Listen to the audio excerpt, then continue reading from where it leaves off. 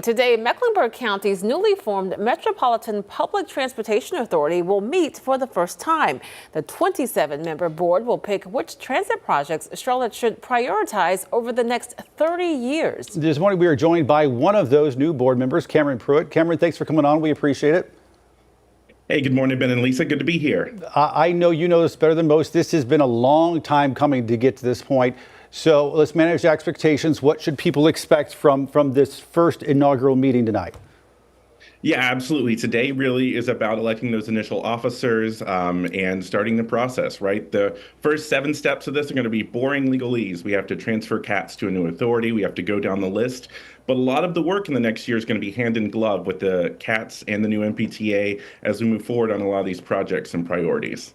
Again, this is a 27-member board, so we're talking about some plans that are going to take decades to execute in the short term. I assume that this board is going to have priorities to get this new authority off the ground. Yeah, absolutely, right? I think the good thing about 27 members is we have every skill, background, and experience we could possibly need at our hands, right? And so we bring in all those perspectives from across the county.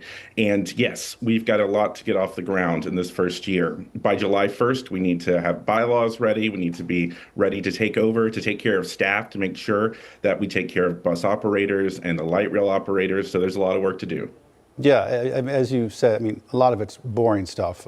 But you know better than most because you are a rider of transit. That's actually one of the reasons why you were picked, because they wanted to make sure they had representation and it wasn't just engineers or business people. They wanted riders on this board, and you were one of the people that sort of serving that function. So when do you think your fellow riders are going to start to notice a bit of a difference that, hey, this is now being operated by a different authority?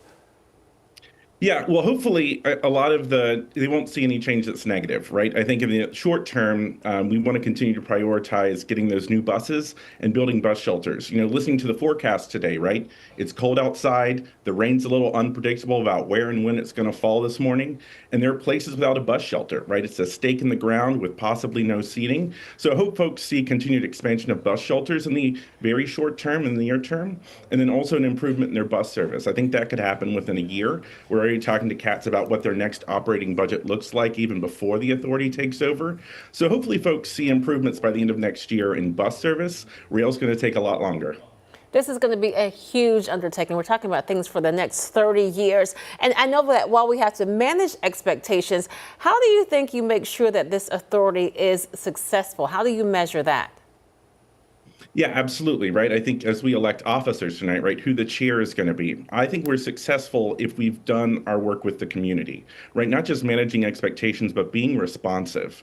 That folks who both supported and opposed this referendum are heard, and every step of the way that we're actually doing the communication and outreach, that we've involved people so that you feel great about the system, that when that first light rail station opens, that everybody knows that they were involved in that process, that when businesses and homes have to move, that people feel supported and have the resources they need.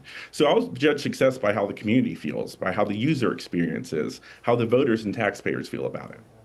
This is a bit of insider baseball, but I'm just curious, what happens to CATS in all of this? At some point, will it dissolve, or do you know? So that's an open question. In the short term, right, I think CATS is going to continue to operate as it is. We'll have a lot of use agreements most likely. Again, we want to make sure that all the current staff members, our goal is to do no harm, to maintain where they're at right now. And so a lot of that will look the same, right? But in the long term, there may be larger shifts. But within the next year or two, you'll still call it CATS, I bet.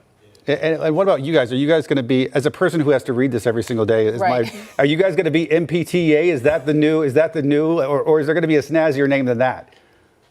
You know, that's up to us in our bylaws by July 1st, right? But again, for the next month at least, you'll still say MPTA. Okay. All right. Well, that is good to know. Cameron, one more question for you real quick. I love your enthusiasm about being on this. Tell me what you're most excited about. Again, we know those first few months are really going to be, as you said, legalese, kind of boring. Yep. What are you most looking forward to being a part of this?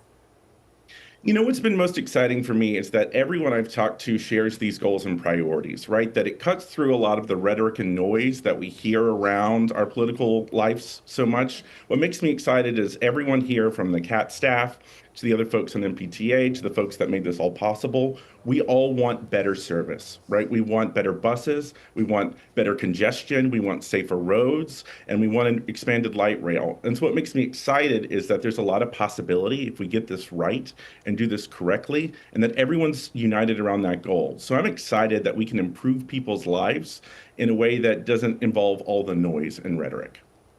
Yeah, so today really is the first step for the rest of transit's future here in Charlotte. So excited about that. Cameron, thanks for coming on. We appreciate it. Thank you all. Have a great morning. You as well. We're going to take a quick break. We'll be right back with more here, streaming live on WCNC Plus.